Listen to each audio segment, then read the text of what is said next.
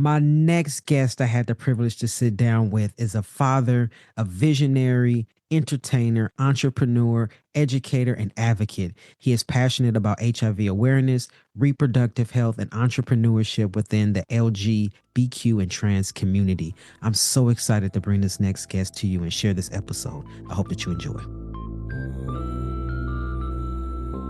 Dem boys, Dem boys, amplifying, transmitting color voices, yeah, we here making noise, making noise, visibility equals possibility, you know we them boys, them boys, amplifying, transmitting color. Welcome to Dem Bois Podcast. I'm your host, Sean Aaron, he, him, his. My next guest is a proud father, visionary, entertainer, entrepreneur, and educator. He began HIV advocacy at the age of 7. He is passionate about HIV awareness, reproductive health, and entrepreneurship within the LGBTQ and trans community. Welcome to the show. Thank you. Thank you for having me, Sean. It is a pleasure to be here. Yes, I'm so excited to have you here. I'm almost like fangirling. I'm so excited to have you here. I've been wanting to get you on the show for a while now.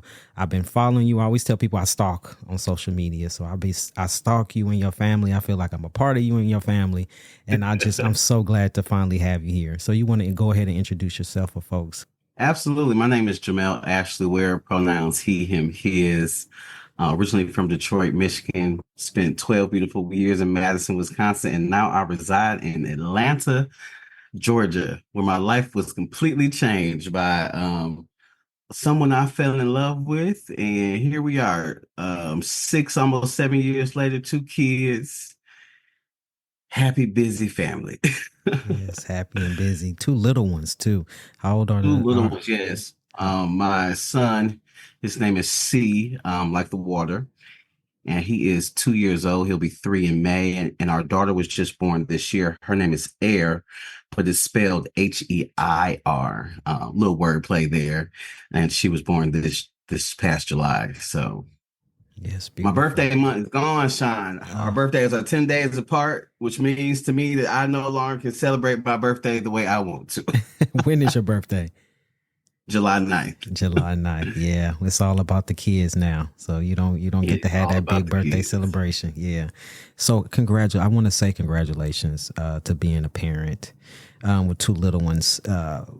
We talked about it a bit before recording, but just treasuring children and just, my son is 27, so he's not a child anymore, but I just love my kid. And so being present with your children and just spending time with your children it's a beautiful thing.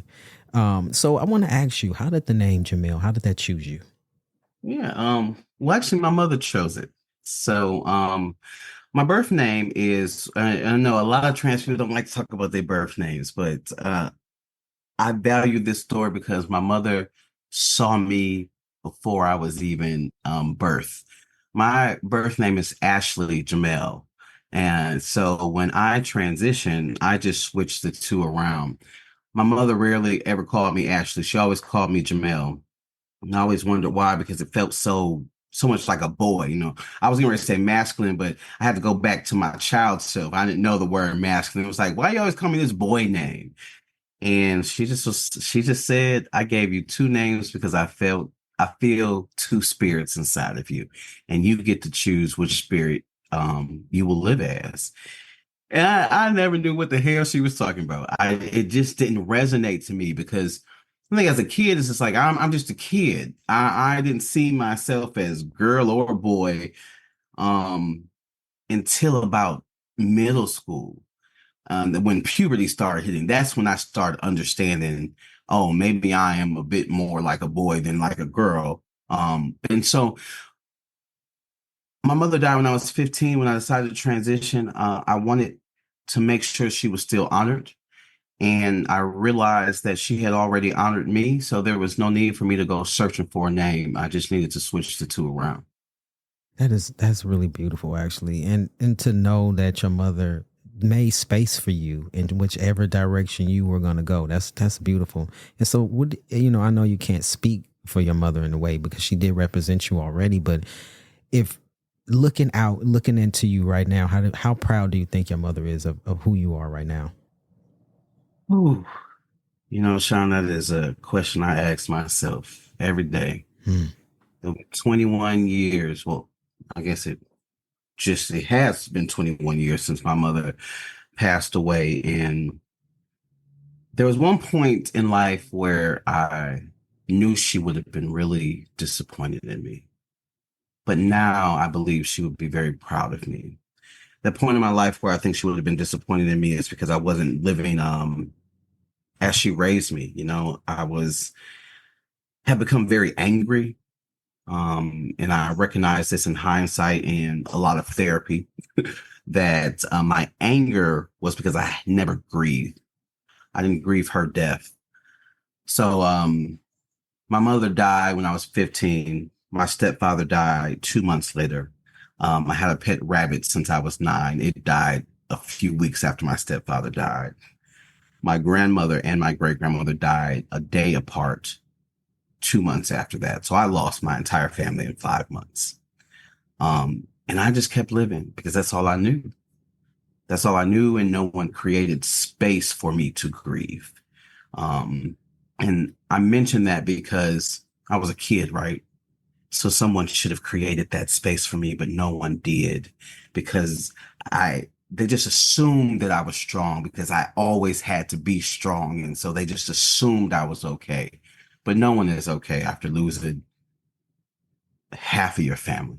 No one is okay. And I stuffed it down. I went to school. I graduated high school. I went to college, and it just kind of hit me like bricks. But instead of dealing with it, I became angry and I took it out on the people around me. And I just wasn't a kind person. My mother raised me to be good, and to be kind and to be gentle and to be in touch with my emotions. And I disowned all of that. I was disconnected from that part. And so I feel like she was disappointed in me then. But now I think that she would be very proud of me. I have spent a lot of time in therapy, dealing with grief. And this is post transition. So I transitioned before I even started dealing with my grief. I've gone on to have a successful career, to find love, and to find love in spite of the world telling me that it was something I would never have or I didn't deserve, and to have a family and to just, keep her legacy going because I'm her only child. So I didn't have a family for that. And I don't think that she would have been upset if I hadn't had children.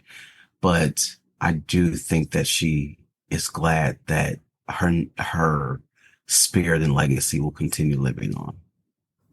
Thank you so much for sharing that with us. And I want to ask you, said that your mother, that you said that she would have wanted you to have children. Was having children something that you've always wanted to do, or? I always wanted a family. I just never saw it the way that it happened. So I'm engaged to someone who identifies as two-spirited. And so you may hear me refer to my partner as he, she, or they throughout this entire interview because it just depends on the context that we're talking. They were the first masculine presenting person that I ever dated. I've only ever dated women, and feminine women at that. So I always saw having a family, but my wife having the children. And here we are. I met this beautiful human being, and we were talking one day, and it was like, we have the parts to have a baby. Would we ever have children? And we started having the conversation. And the more we would have the conversation, the more I started asking myself, would I be a birthing parent? Would I carry a child? And I really didn't know in the beginning, but I had a great OB, and I started talking to my OB, and my OB is queer. I'm actually going to drop her name because if you are in Atlanta and you need an OB, Dr. Collins is the one that is going to fight for you if you are queer or trans mask. She is everything. And I started talking to her, and she was my therapist throughout this process. She was more than just my doctor. You know, she asked me questions, and she told me what I would have to do. She assessed if it was really something I wanted to do or some fleeting thought because of this person I was dating. And she gave me things to think about. And then one day I woke up and I said, Alfonso, I think we should have kids. And we went to the doctors together. We started the process of we weaning off my testosterone, and next thing you know, 10 months later, we had a baby. We were pregnant. No one expected it to happen that fast.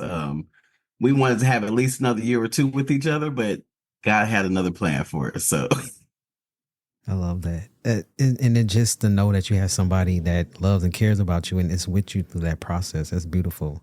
I want to ask you, because how I learned about you, I was currently dating a gender nonconforming femme man at the time. And for me personally, I had always dated women as well. And so I had these binaries, right? You grow in these binaries in the community, even within our own communities, right? Either whether in the lesbian community, the trans community. As a masculine person, there's these do's and don't list. I don't know who come up with this list and why the hell we even follow this list, right? And so he discovered you and Alfonso and was like, Sean, check this out. There is possibility for you in love in other places than what you're normally used to.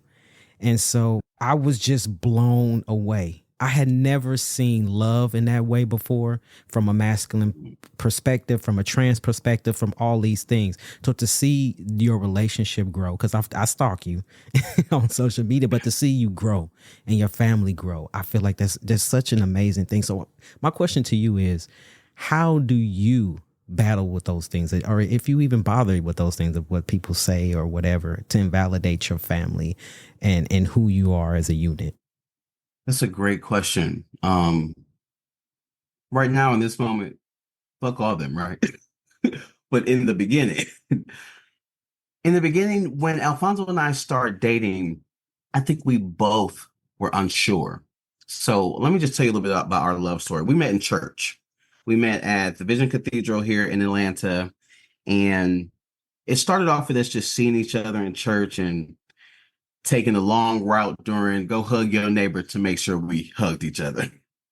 And then it turned into Facebook message conversation. It started over a book. I'm an avid book reader. And so we start talking. I kept trying to meet up with this person. Like, let's take this offline. Let's go take a walk in the park. Let's have coffee. Mind you, because I didn't have a lot of money when I moved to Atlanta. So I was trying to do any and all things free. And they just kept saying, well, not this week, not this time. And then I got this job. I finally had my break here in Atlanta, and I got a job I had been waiting for at this marketing firm. And I was like, I'm new here, only been here about 6 months, but all the people I've met in this time, come celebrate with me at this Black-owned wine shop called Purple Corkscrew in Decatur, Georgia.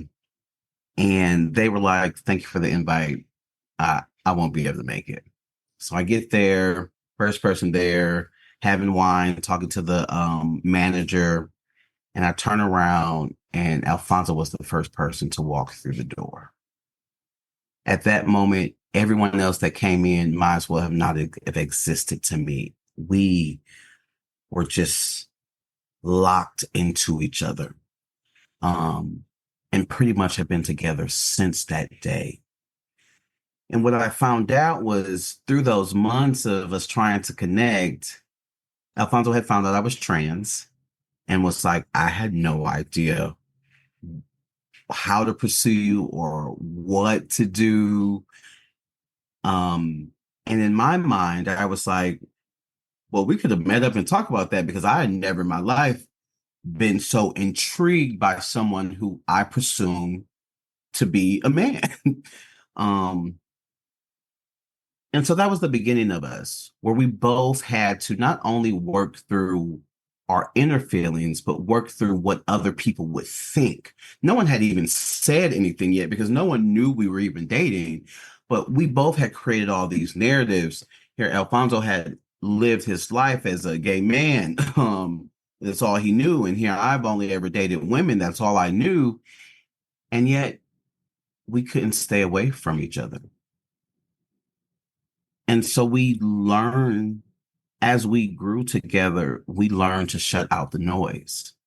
And so by the time we got to the point of talking about a family or even to conceiving that family, it was like what someone else thought didn't matter. It just didn't matter. We wanted to bring our love into the world in the form of a child. Hey, this is Joel Simu, production assistant for Dem Bois Podcast. Our community keeps growing, and we'd love for you to be an even bigger part of it. Have a story that needs to be heard?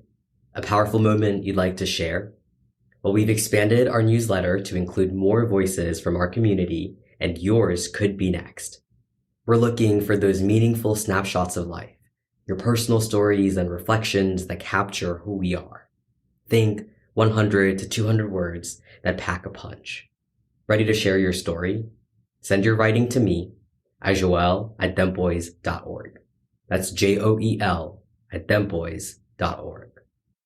Now, what I will say happened is that because we were so very public with our first pregnancy, there was a lot of hate that just came to us, felt like out of left field. Because up until that moment, it just was the people that we knew, and there was a lot of love. There were a lot of questions, but there was still a lot of love. And then here come the strangers and the trolls. And it really took a toll on me. I cannot speak for Alfonso. I just won't do that here in this space.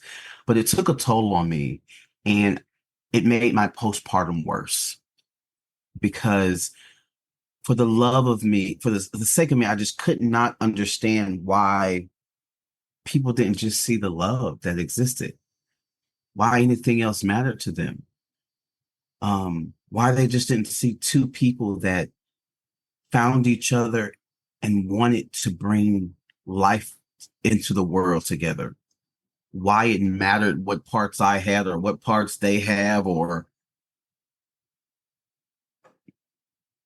why they had so many opinions about how our children would grow up.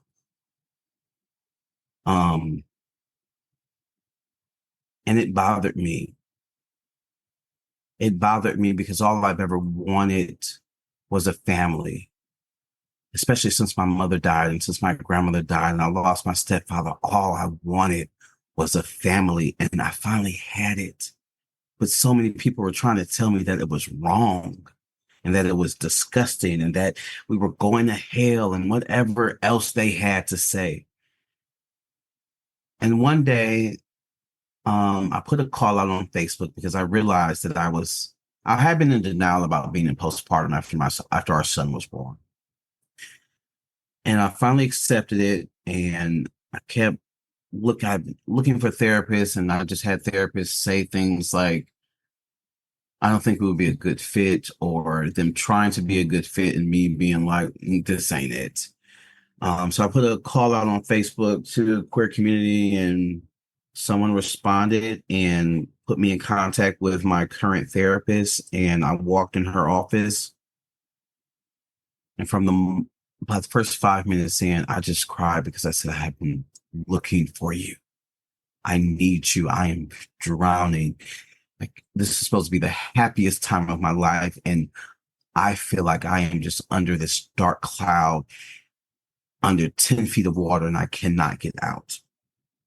And she is a Black woman, my therapist. And after we had built some rapport and she listened to me for a while, she just kind of said to me, Jamel, fuck those people. And it hit me in a way of something like my grandfather would have told me. My grandfather recently passed. He was my step grandfather, but more like my father than anything. And I remember when I transitioned, I wrote him a letter because I didn't know how to just say it to him. And I was in undergrad at the time, and I called because he had not responded to my letter. He hadn't written back, and he hadn't called me in weeks, which was unusual. And so I finally got the courage to pick up the phone and call him, and I said, "Hey, Granddaddy." And he goes, "Hey, Boomer." He said, "I ain't talked to you in a while." And I said, "I know, I've been waiting for you to respond to my letter. Did you get my letter?" And he said, "Yeah, and I don't understand why you wasted trees. It's telling me something I already knew." My grandfather had very simple rules for me: be happy, stay out of jail, and get an education. He didn't care about anything else. And when she said to me, fuck those people, the sentiment of his spirit was there. Like you can't live your life based on other people's opinions. My job is to be happy. My job is to be a productive citizen. My job is to continue growing and learning. And I was doing all of that. I found a love that I've been searching for when I wasn't even searching for it anymore. I was growing in my career. I was trying different things. I was acting again. I was happy. And I had to decide internally that was all that mattered. And once I did that, I also, limited my social media to, comments and shares and things like that, things to protect my peace. Once that was done, the rest I could care less about. People will always have opinions, and I'm sure they have many opinions about my family. My children are loved. They are well cared for. They are intelligent. They're healthy. And that is all that matters. It's just that simple. I'm so glad your therapist spoken like a true therapist. Fuck those people. Right? Yes. You know what? Like a black woman. Right, exactly. What baffles me is the audacity of people to comment on somebody else's life. Just admit. What I realized go ahead. is that people, I'm sorry to cut you off. I had this realization actually watching a TV show recently. People don't like other people's happiness. People don't like to see people have things that they desire. And it's not like that for everybody. I wasn't raised like that. So I see, especially another Black person, I see your win as my win. But everybody wasn't raised like that. And jealousy and envy is a real thing. And once you're able to realize that, it makes it easier to stop taking things so personally. And other people's comments have nothing to do about me and my family. They're about their own hurt, their own pain, their own desires for love and happiness. And so I just pray for them. I pray that they heal. I pray that they find what they're yearning or desiring. And I pray that they find peace, whether they have it or not. Because it ain't got shit to do with what's going on over here. Right, exactly. And I always, one of the things I always say I don't understand, but of course I don't understand because that's not my way of thinking. I am for everybody or anybody to be happy. Do whatever you want to do to gain your happiness. We live one life. That's it. Why walk around in this world being angry, being jealous, being envious of other people instead of bettering your own life? Like, I don't understand that. And I'm sorry that you had to go through that, but I'm glad that you was able to come out on the other side and you're still actively working on that. I hope that you're still actively working on that. You said therapy, you still your therapist. So absolutely. Yeah. I see my therapist. Alfonso and I go to couples therapy. Therapy is important. Now, therapy is expensive. It should not be. But it is vitally important. It has not only saved me, but it's also saved my relationship because parenting is challenging. And I recognize now, I always wonder why why don't people last past the first few years of a child's life? There seems to be an influx of people that just decide not to be together. And I didn't understand it until I was in the midst of it. You have to work at the relationship once children are brought into the picture. I mean, always, but especially you have to be intentional about it once children come into the picture, because there's less time for each other.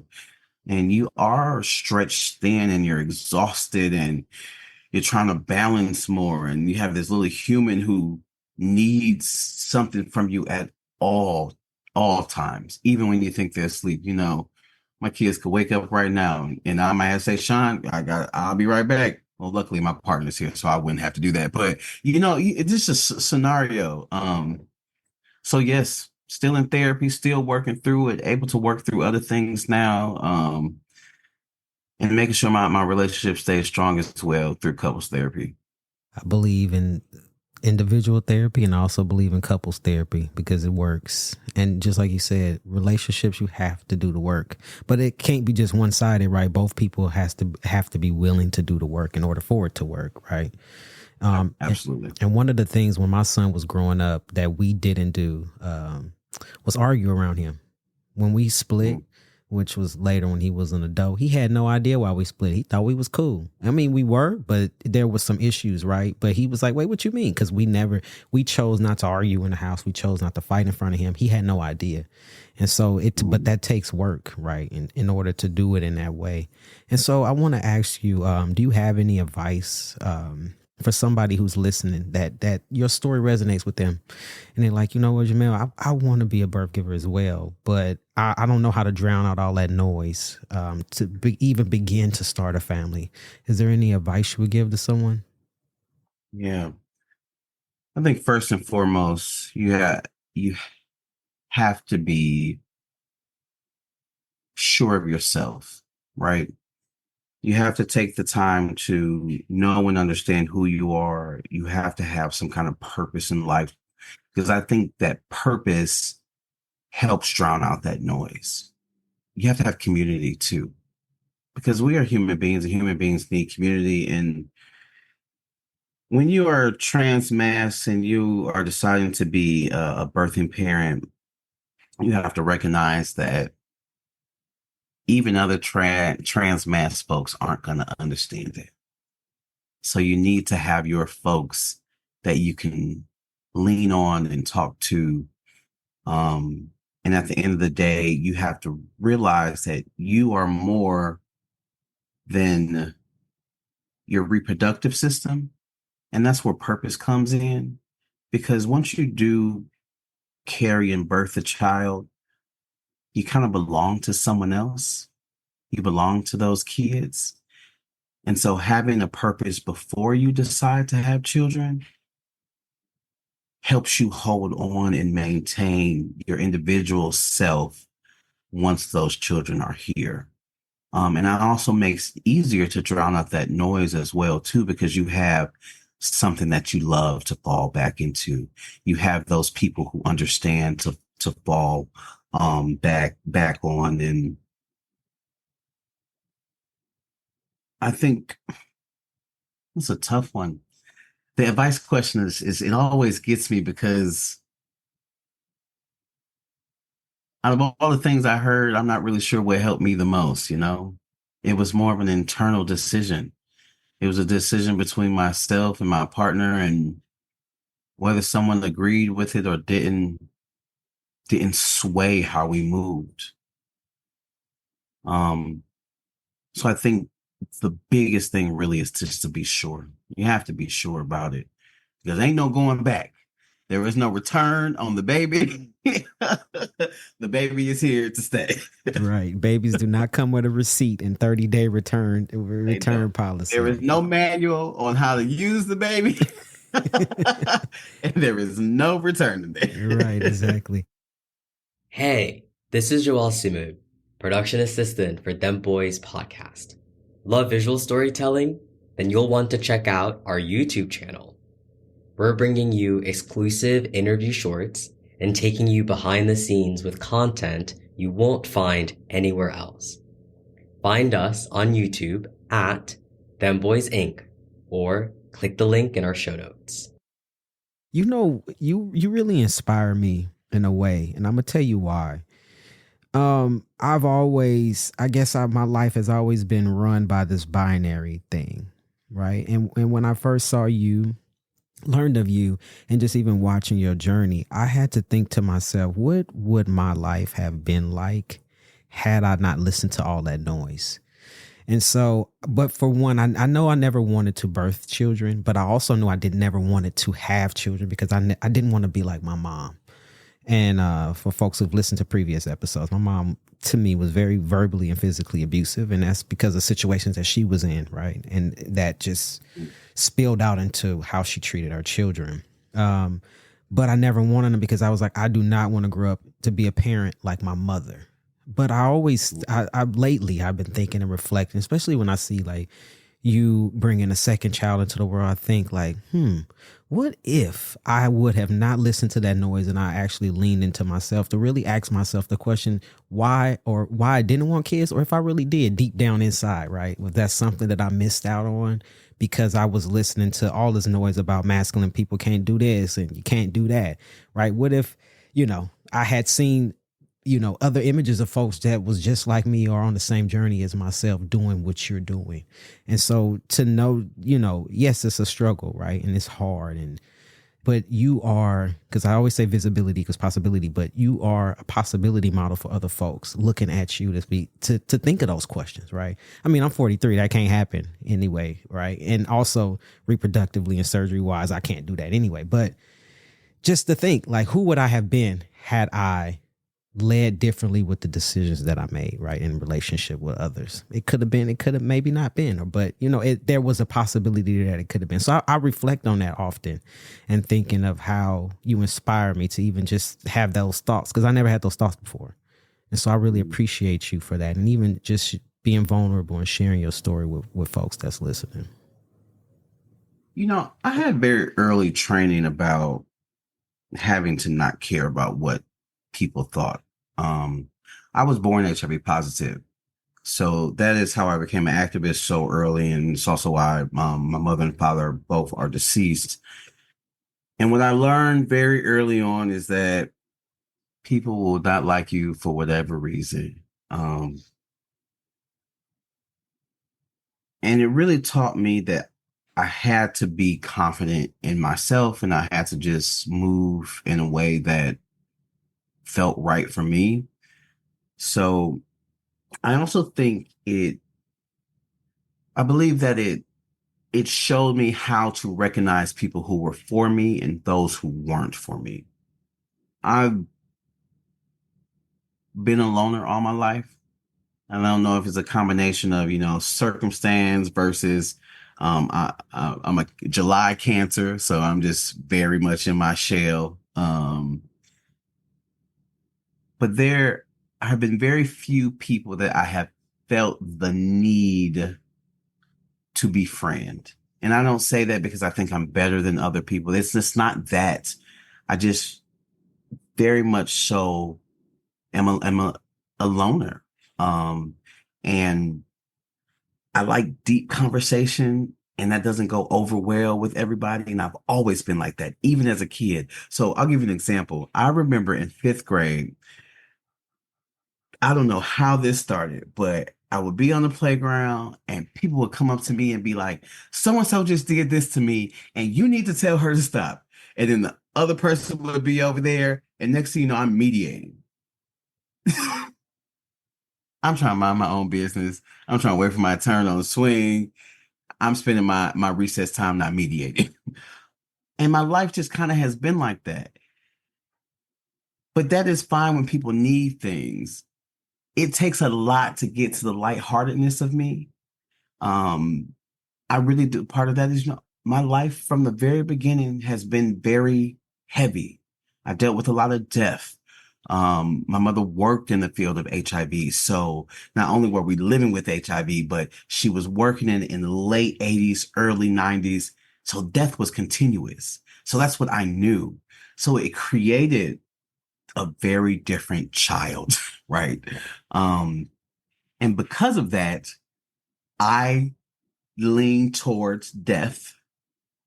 And it takes a lot for people to understand that. That built in me this resilience to know that it's okay if I only have one or two people in my corner, because that's what have always been used to. I've always had one or two close friends. And I grew up in Detroit. And so when I say one or two close friends, I mean one or two close friends that loved me down. I've never been the fighter. My muscle is my brain, always has been. But for whatever reason, I have always attracted people who would, once we was locked in, you mess with me, they gonna beat you if you mess with me. And it always made me feel good, because I knew that physically I wasn't going to fight the battle. That just wasn't me. But I always felt like I had a pit bull in my corner, but a pit bull that I could go and have deep conversations with. And that always was enough for me. I've not been one to dwell on what I wish I had, or I wish I had more friends, or I wish I this. My mother taught me everything happens for a reason. And whether she truly believed it or not, or just wanted to give me a tool to make it through life, because here I was, this young kid living with HIV. And it's like, you have to find purpose in this. So she taught me to find purpose in this. And so in finding purpose and living with HIV, I found purpose in every single thing that was happening around me. And so being a loner, it's just, I think, a part of my destiny. And as I look at it in my adult life, it's the reason why I'm very introspective and I'm a strategist. But to be a strategist, you kind of have to live in your head. And I've spent almost 36 years living in my head, and not in a negative way, but has taught me and given me these skills. I love writing. To be a writer, you got to be willing to spend hours alone by yourself. And so it's like, I found reason and purpose in all of these things that have happened in my life. And so when I got to this crux of, I guess I'm not dating this person with a penis. I guess we're now having kids. It's like, I guess this is just a part of the journey that I'm on. This is just the life that I was put here to live, because who am I to deny what's in front of me? I'm currently reading this book right now called Living Untethered, and it has really helped me release a lot of things. And I've been reading it very slowly. I do a chapter maybe once a week because it's really mind blowing. But the premise of the book is that we are a consciousness or spirit living inside of a body that is lent to us, right? So this body is lent to us, and our consciousness, it doesn't say where it comes from. It's just like, it's separate. These are two separate things. And then we go through life and we have these experiences, and our mind starts storing these experiences as, oh, I like this one, or I dislike this. This brings me pleasure, or this makes me fearful, or in whatever negative emotion.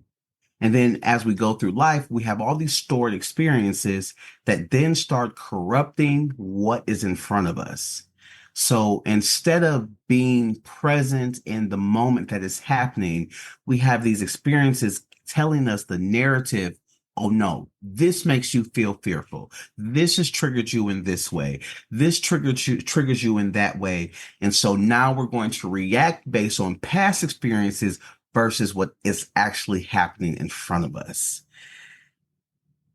And so if you could imagine a book like this, is like, it takes a lot of unlearning. So I'm reading these chapters and I'm like, I got to put this down because I really got to sit with this for a minute, because you're telling me what I'm doing is wrong, and no human being likes to be told that they're wrong.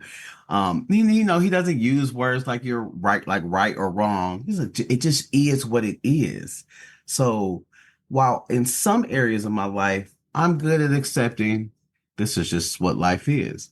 Like every other human being, I also have stored experiences that determine how I react. And I'm trying not to do that, because I'm similar to something you just said about your mother. My mother also my mother was a hothead, which made her verbally abusive.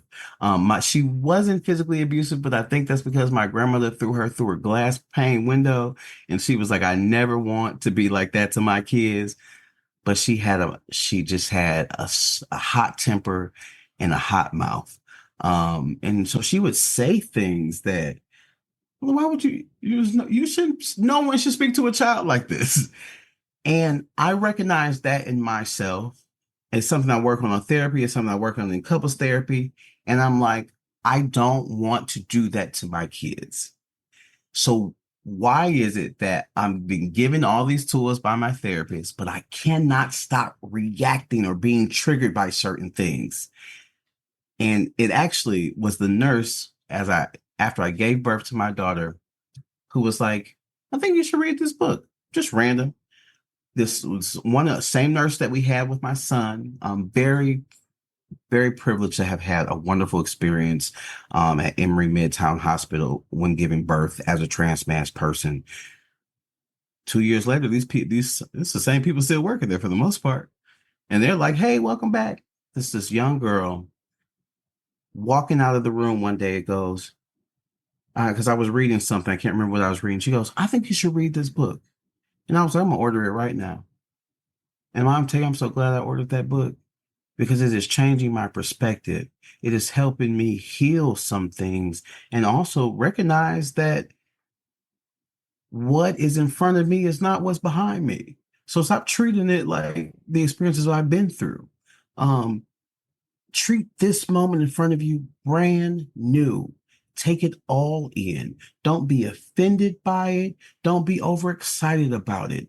Just let it be. So you stop having all these ups and downs of emotions.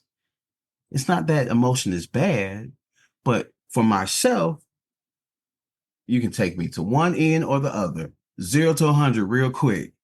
And I just don't want to be that. I'm going to use the word unstable.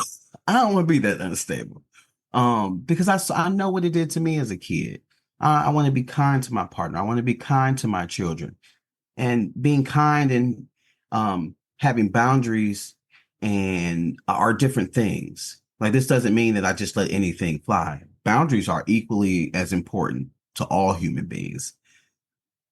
But if my boundary is pushed, how I react does not have to be like how I grew up seeing people react to things, which was not always good. I practiced that. It was really hard at first when my son came into my life, because he was 9. It was really hard at first because I did see myself acting as my mother did act. But I made a promise to myself that if I was going to do this for life, I was going to do it right. And so I'm just like what you're saying of like not talking to my son a certain type of way, not putting him down, not yelling at him, not it's a long list of things that I would realize. I had to think first. I tried to think first before reacting. So I make sure that the reaction that was coming out was not mimicking my mother and how it made me feel. My mom was very verbally abusive, even just about, I was a chubby kid, even about my weight. Some things that you should never say to an 8-year-old is some of the things that I heard, right? And now at 43, I'm processing those things in therapy. And so that was my rule. I do not want my son to be 30 years old in therapy, discussing to a therapist something I told him when he was 10. And so I live by that. There was one time I lost my temper. And I didn't say anything to him per se, but I just kind of like took my hand and swept it across the dresser and in frustration and cleared off everything on the dresser. But I felt so bad because he was standing there.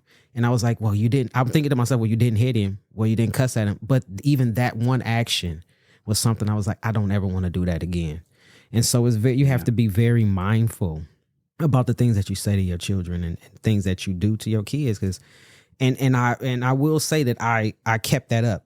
I even if, kids do silly stuff all the time. And instead of being like, somehow some people talk to their kids or saying that's stupid or that's dumb, I never did that. I just let him do, I thought about it and did it in a more constructive way. Son, I don't really like that. What you think about that, right? Turn it inward so they can reflect on it without them taking my opinion and what I'm thinking about the situation. Or you don't want a haircut? Instead of saying, your hair look a fucking mess, right? I'm thinking like, I just told him this last week, actually. I'm like, so son, what you doing with your head, man? And it's like giving him that opportunity to think and to tell me and not to say your hair look crazy. I don't want those thoughts. My dad told me my hair look crazy. No. Right. And so it's just being a parent is just like in being in a relationship is constant work. You got to think about all things. But I think that we're part of a generation that recognizes that. The generation before us, and I even was just told recently, I had my second family was here visiting us. And I said, well, does he think that made her feel good? And my second mom was just like, oh, we didn't think about things like that then. This is a 70-plus-year-old woman. She just was like, that was not a thought. Like, you don't care. Like, you're not thinking about how your actions impact your children. You're just like, you need to get this done. So get this shit done. We are the start of the generation that's like, no, there's a different way we can do this. But we do have to be intentional about it because we were raised and how we were raised and how we were raised impacts who we are as human beings. Whether or not we like it or not, there's one person I do not want to be like in this world ever. It is my pawpaw. He is my mother's father. He is the meanest man I have ever met. To the people that he should love, I'm gonna say that. Because there may be somebody that listens to this and be like, oh man, that's great. Sure, he may be great to you, but to the people he is supposed to love, he is an awful human being. And yet I have found myself, when I was telling you about my anger in my 20s. Oh, I was that man. How can I be someone that I despise so much? Because I was raised with him, right? Like, the only reactions I know are those from my environment. So it's easy to become something that you see.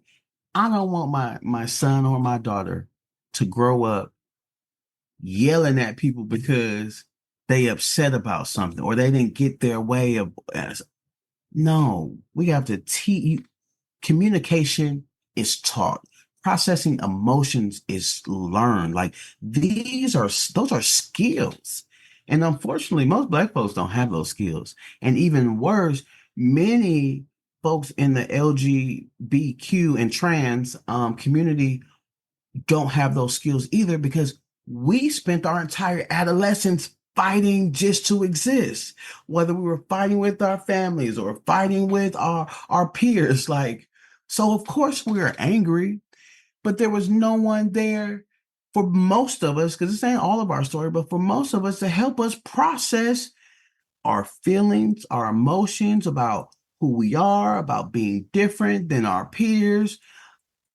And a lot of times our families were the one taunting and teasing us and ridiculing and shaming us. So where do we learn how to better handle emotion? Where do we learn how to talk about vulnerable things? Unless we're doing it in our friend groups, the only option that I know of is therapy. And many of us cannot afford therapy. Like therapy is a whole nother bill. It is budgeted on my list, on my monthly budget. And if it's not, I'm not going because it is expensive. And I told you, I told you before this, I quit my job in July so that I could be more present with my family. So it's like, now I have to be even more intentional about my finances because I have to go to therapy because there are things that I still have to heal and grow through so that I don't keep passing down traits through generations because I'm trying to be where it stops. I'm trying to be where the anger stops. I'm trying to be where the violence stops, where the shame stops. I want my kids to be whole. I want them to be healthy so that I want them to be fearless so they can go out into that world that is already cruel enough and conquer it. But how can they do that if they don't even have a solid home base? if they don't have a place where they can come, where when the world shames them, that they know that they will be filled back up, where the world may be cruel to them because they have two parents that are different. I need them to know that all the love exists here. Yes, there will be boundaries. Yes, I am the parent, you are the child, but there is still love here. And I say that in a way because every parent will say, I love my kids, but I want it to be a healthy love. I want it to be what's the word I'm looking for, Sean? Unconditional love. I don't want it to be filled with shame. I don't want them to be afraid to come tell me something because they don't know how I'm going to react. The new Visibility Equals Possibility merch is now here. If you've been a listener of the show for a while, you know that here on Dem Bois Podcast, we believe that visibility equals possibility. And I say it all the time. Now we're introducing a groundbreaking collaboration crafted by Emilio. Emilio was featured on Dem Bois Podcast episode 37. So if you don't know his story or his journey, be sure to go back and listen to episode 37, right? But this isn't just merch, it's a movement. We're empowering trans men of color with creative freedom to design their interpretation of what visibility equals possibility means to them. Think of it like major brands collaborating with athletes and musicians, right? But this time, it's our community taking the center stage. It's great to have trans men of color designing products that represents their community, my community, your community, and that folks feel proud to put on. So be sure to go to the website and check it out. Our website is dembois.org. That's DEMBOIS.org. Every purchase goes to support our vital programs. I had to bite my tongue today in Target. My son is two. You've met 2-year-olds. They all over the place. We don't believe in tablets and screen time outside of the house. So he's busy. And I see this other kid sitting in the cart, and I had to bite my tongue not to say, you see that kid? Why you can't be like that kid? Because even that is harmful. So you know what I did? I said, babe, I'm just going to go down this aisle. I'll be right back. And I have a wonderful partner because they knew what that meant. They meant I needed to take a deep breath so that I could return and do this in a healthy way so that I'm not making my kid feel lesser than because he's not sitting still in the cart like this 5 or 6-year-old. He's 2. He's not supposed to be sitting still in the cart. So you know what I did? I took him out the car. He likes to get the little hand baskets, and we went over to that little dollar section, and he can pretend shop because we ain't buying everything you put in that cart. But to find different ways to handle situations. And I also must speak to my own privilege, right? I'm privileged to have a partner who is with me, who I won't say we partner 50-50 because I think that is it's unrealistic. Because sometimes he has 70, I have 30. Sometimes I have 60, he has 40. We partner in tandem together. We parent in tandem together. And that is a privilege. I am privileged to be able to step away, to take a deep breath, and to come back. And who am I to throw that privilege away by still holding on to old habits that no longer serve me and will not serve my children? That was well said, Jamil. Well said. I'm so excited. Like, I just want to ask you, and you talk about not passing on, breaking generational curses and not passing those things on to your children. How are you preparing your children to face the world when the world turns back and say, well, your family is not what we think a family should be? Do you and your partner have discussions on that, of how to have those talks with your children as they get older? Yeah, absolutely. Right now, in the sense that we could do it because our oldest is only 2, we read a lot. So there's a book called In My Daddy's Belly. And my son loves that book because it's his family. I don't think he can conceptualize it in that way yet, but he always wants to read it. And I recognize, he wants to read it because he knows that he grew in my belly. So it's trying to find stories, not just of families that look like ours, but different families just in general. All families look different. And so we are always searching for books that represent the differences in families. The second thing right now is his environment. He is in Montessori. I am a diehard Black hippie. I say it all the time. Living in Madison, Wisconsin for 12 years, it turned me into a Black hippie, but I would never change it because it is the reason why I'm able to hold a mirror up to myself and say, there are better ways to do this. So the environment of having a small community that knows our story. They don't know our story because we came in and telling it. They know our story because the internet has told our story. And because if someone is asked a question, it is not we're not going to deny it. We're not going to be forthright with information, but we are never going to deny if someone comes to us respectfully to ask us questions. So being intentional about knowing that that our children know that all families exist and putting them in places where their family is respected. That is our plan as of right now.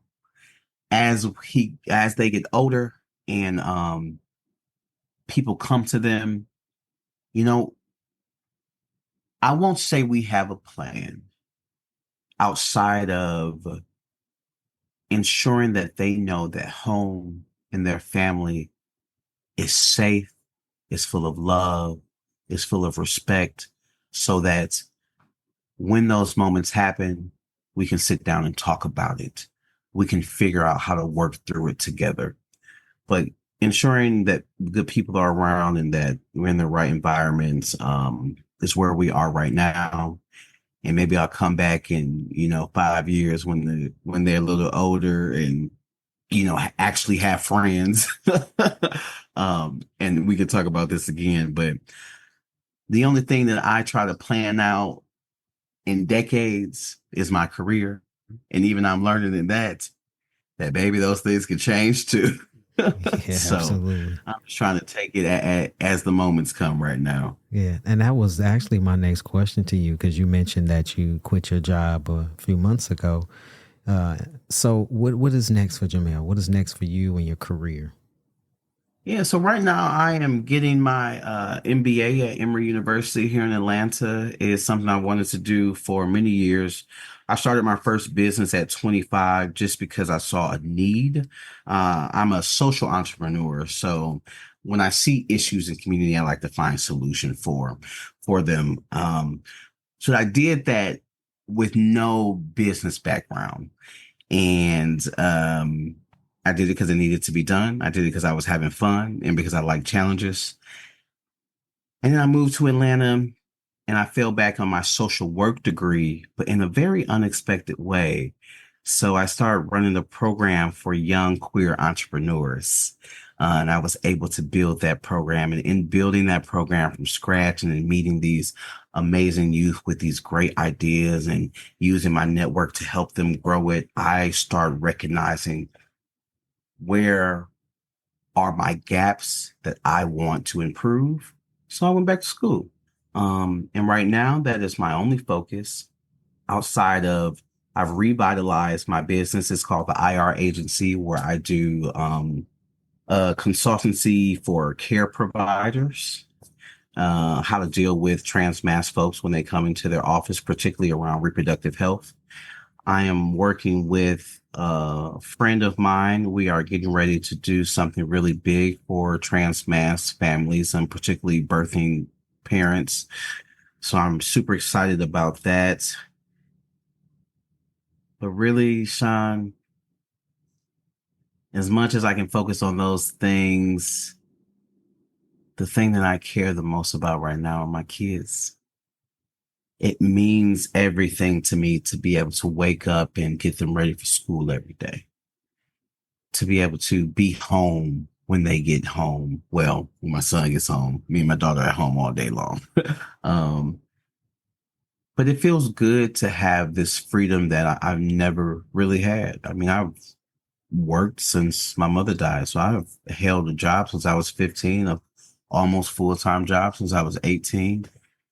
And right now, my career is my family.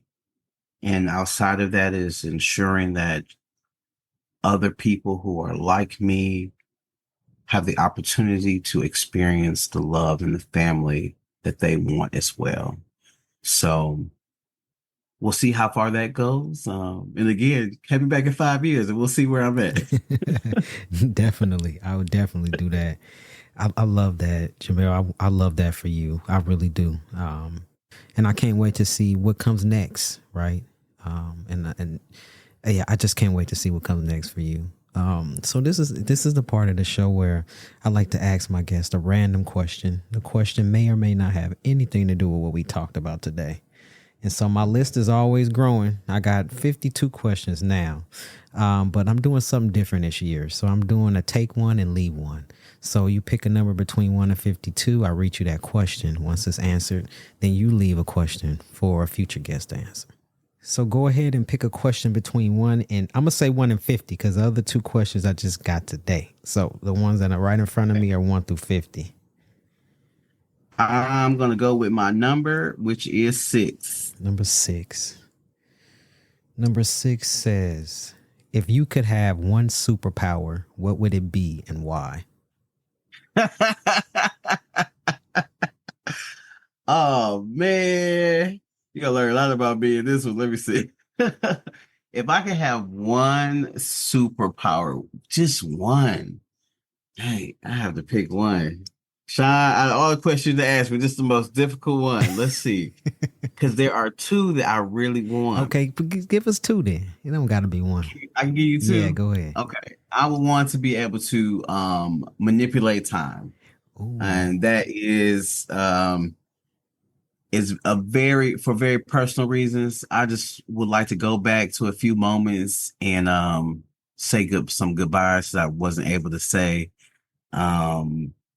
To help out some people that I love, from stopping them from doing stupid things. And then, stopping myself from doing stupid stuff too. So it's very selfish. That one is very selfish.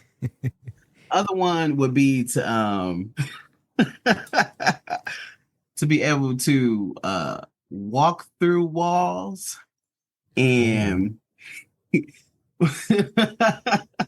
I feel like I'm giving you all my villainous right now. That's all right. I'm gonna be able to walk through walls so I can get things that I want when other people aren't around, like the money out the bag,